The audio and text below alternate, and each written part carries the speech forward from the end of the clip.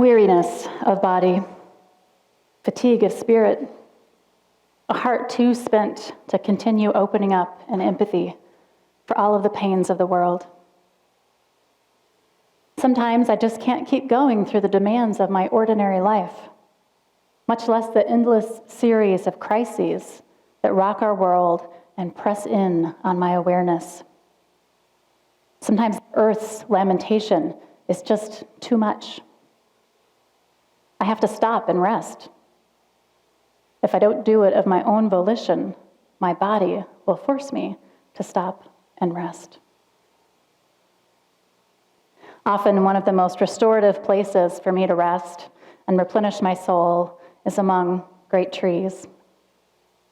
By its very being, a mighty oak or a scraggly sycamore reminds me, at a level far deeper than words, something about resilience, something about myself. It reminds me that I need not stay in the frenetic pace and narrow time scale of post-industrial human civilization. Not all the time, but can slip back into the flow of nature, magnificently slow and sensibly adaptive. It reminds me that I am an organism with basic needs for nutrients, air, sun, rain, beauty. Contemplating a great tree reminds me that there are seasons of my life, each one with its own dignity and necessity. The fresh unfurling of spring, the full, lush canopy of summer, the blaze of color and gracious release of autumn, the vulnerability of bare branches and the stillness and rest of winter. I too need time to draw up nutrients through my roots and let the breeze blow gently through me. I too hold close the years ringed through me, integrating the layers of my life. I too belong to a greater forest and can endure. Krista Tippett, host of the radio program On Being, spoke a few years ago with Andrew Zolli, a thought leader and curator of a new idea, resilience thinking. Resilience, Tippett explained, asks how to support people and create systems that know how to recover, persist, and even thrive in the face of change. Zolli described how today we are not just grappling with the concept of sustainability, the ideal of finding a way for humans to live in balance with the planet so we do not suffer our own collapse. Rather, today, Zolli points out, we are actually inheriting the consequences of our own inaction. So now we have to figure out, what are we going to do? Not to change and steer away from the storm, but to steer through it. Zolli acknowledges that there's no easy answer to big challenges like climate change. It's not a checklist to do these 7 things, he says. So what you really see in resilient systems is the ability to move at more than one speed. The ability to move at more than one speed. The speed of an activist, the speed of a tree, the speed of a poet, perhaps all 3. Many poets have turned to nature for inspiration in times of depletion. Jane Hirschfeld tells of what led her to write her own tree poem. I wrote it, Hirschfeld says, at a time when the resilience it speaks of was needed. As poets do, I waited for some image or idea to open the hard field those weeks and months were for me. What came was crown shyness, the way that trees, rather than compete for light, sometimes withdraw from their neighbor's shade and grow instead toward any available brightness. A basic and exemplary sanity. The poem began then Hirschfeld says, at the confluence of personal crisis and ecological pondering. Here is her 2001 poem, Optimism. More and more, I have come to admire resilience. Not the simple resistance of a pillow whose foam returns over and over to the same shape, but the sinuous tenacity of a tree. Finding the light newly blocked on one side, it turns in another. A blind intelligence, true, but out of such persistence arose turtles, rivers, mitochondria, figs, all this resinous, unretractable earth. A few years ago, Maria Popova and Kelly Anderson conceived of a papercraft animation to go along with the poem. So we're going to see that, and you'll hear the poem read again by Hirschfeld herself. Let's take it in.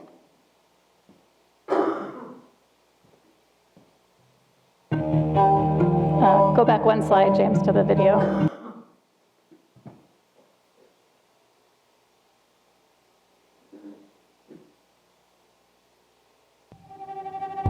Here we go.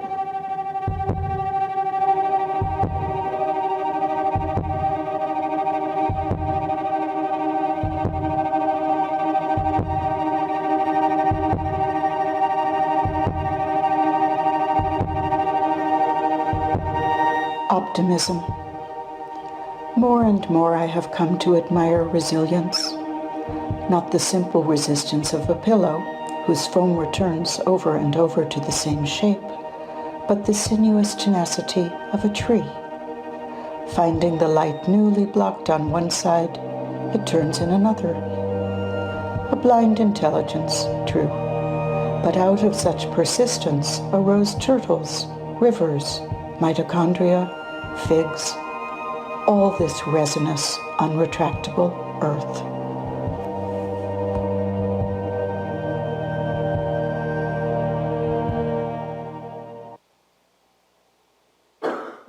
And now we'll have a little music, and you can just rest in the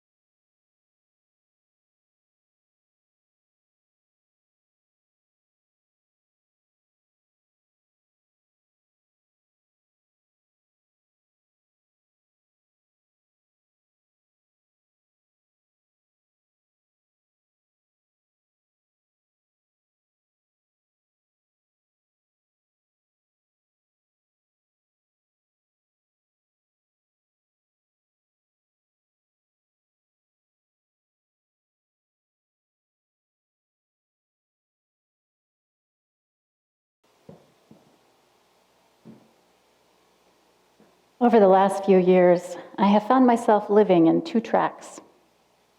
There's the part of me that is steeped in the assumptions of our culture about our relationship to nature and each other, and firmly established in the rhythms of mainstream daily life in 21st century America.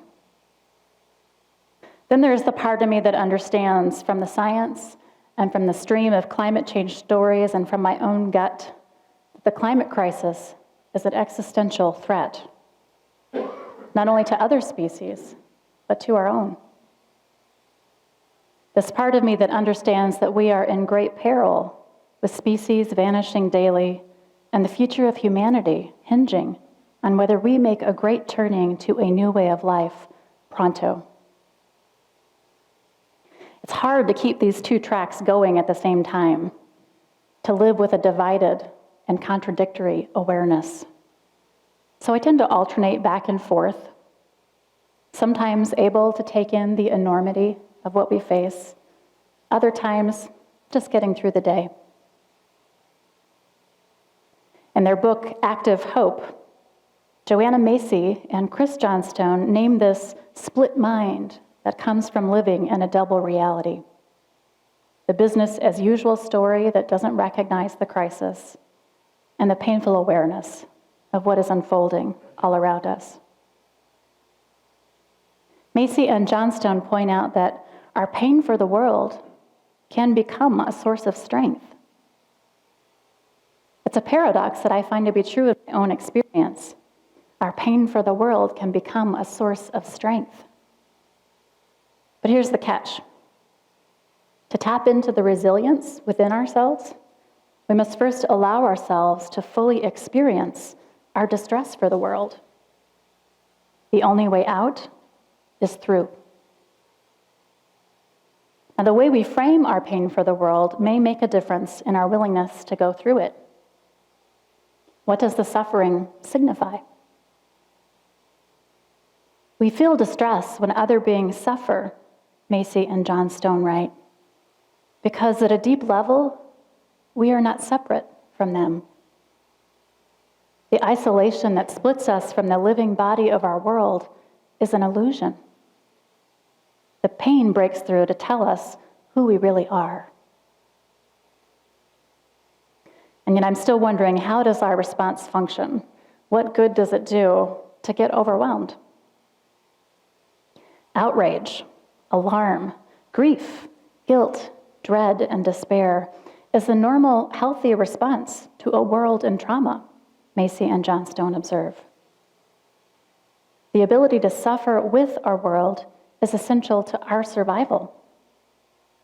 What makes many of us nervous about looking at our grief or despair is the fear that we will become stuck in those emotions.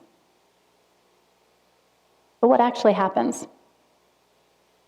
The pair explain, as people open to the flow of their emotional experience, including despair, sadness, guilt, fury, or fear, they feel a weight being lifted from them. Something foundational shifts. A turning occurs.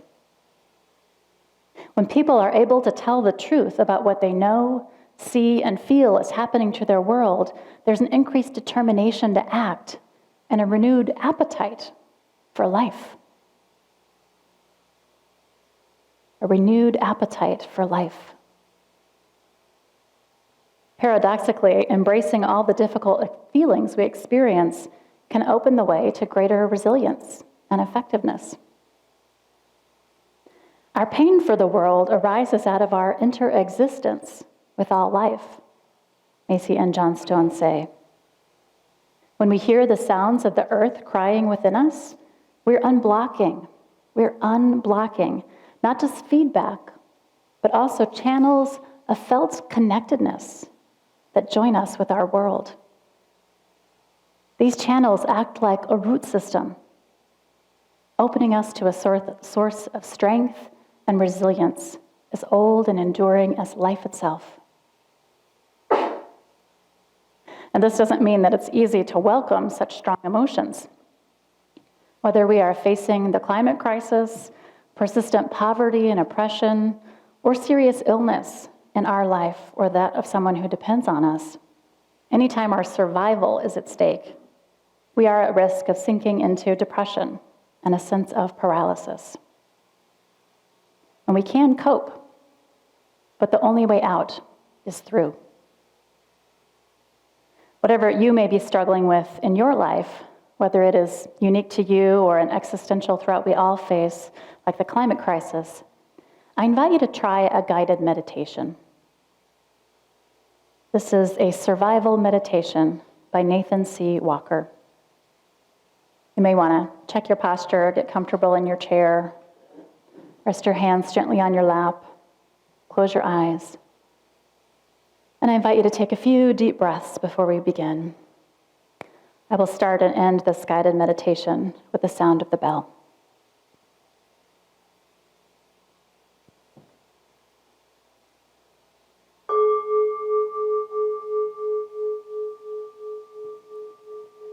Breathing in, I am aware of my pain.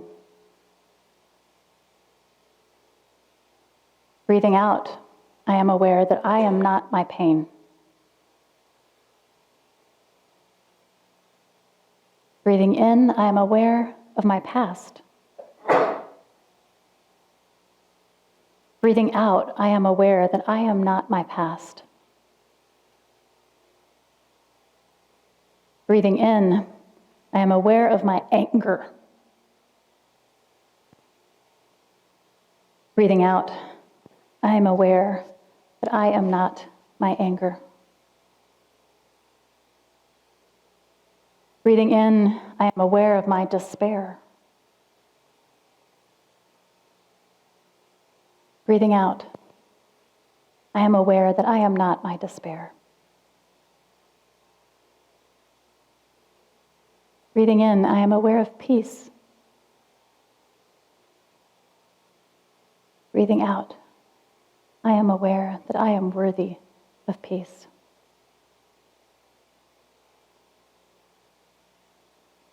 Breathing in, I am aware of love. Breathing out, I am aware that I am worthy of love.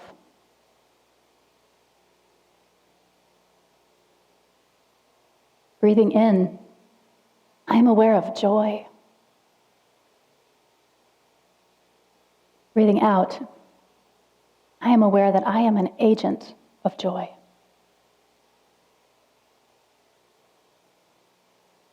Breathing in, I am aware of hope. Breathing out, I am aware that I am an agent of hope. Breathing in, I am aware.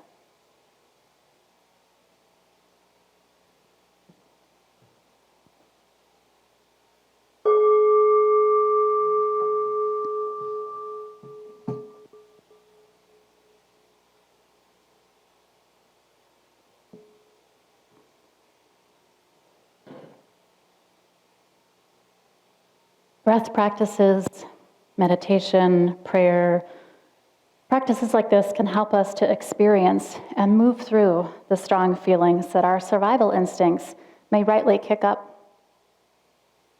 Art and creativity in many forms can also help us to tap into our own resilience. Jane Hirschfeld, whose poem Optimism we heard earlier, observes that works of art have their own fates. They can reverberate through the lives of others in ways the artist might never have imagined. In 2009, so this was 9 years after she wrote the poem, Hirschfeld wrote about some of the ways her poem Optimism had exerted its own tenacious force of resilience in the world. It's been framed on hospice walls and put into a series of letterpress broadsides responding to the invasion of Iraq, Hirschfeld wrote. Throughout the 2008 presidential race, I gave optimism at readings as an expression of hope for our country's saner future.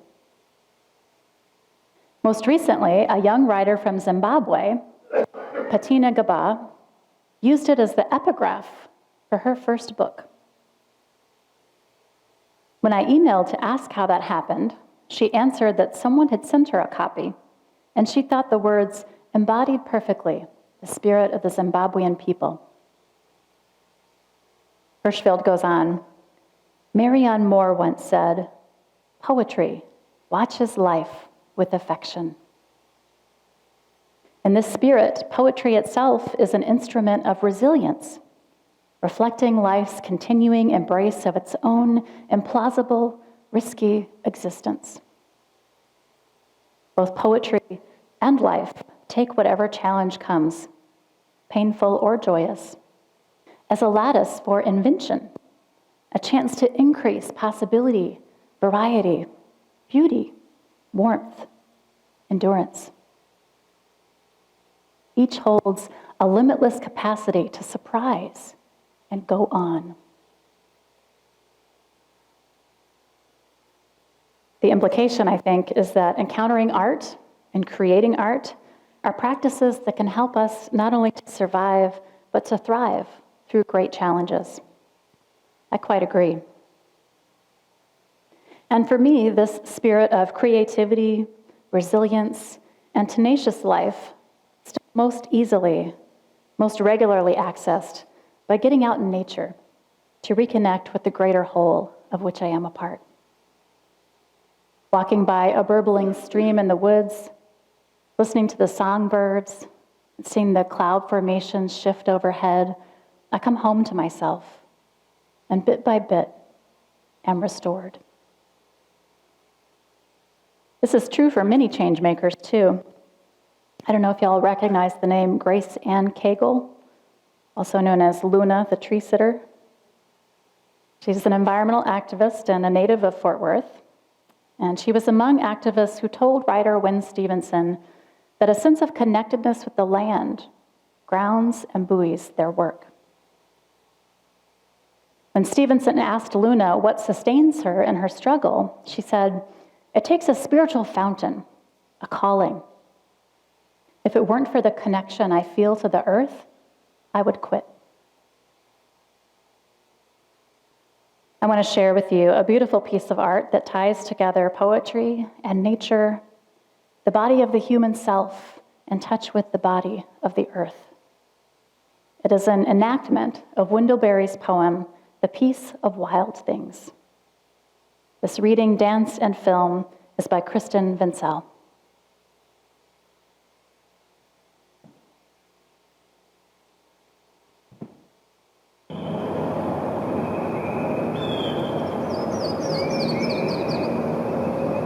When despair grows in me,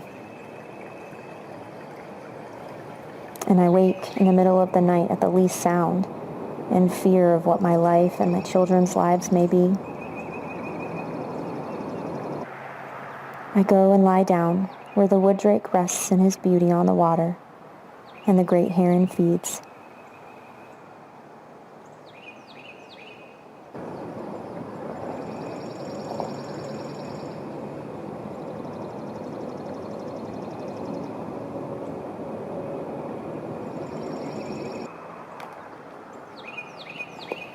I come into the peace of wild things who do not tax their lives with forethought of grief. I come into the presence of still water.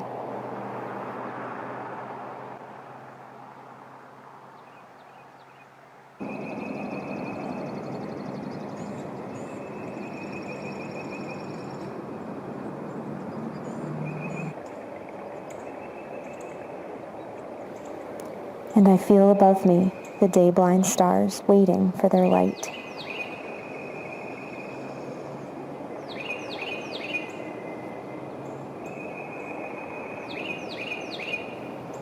For a time I rest in the grace of the world and am free.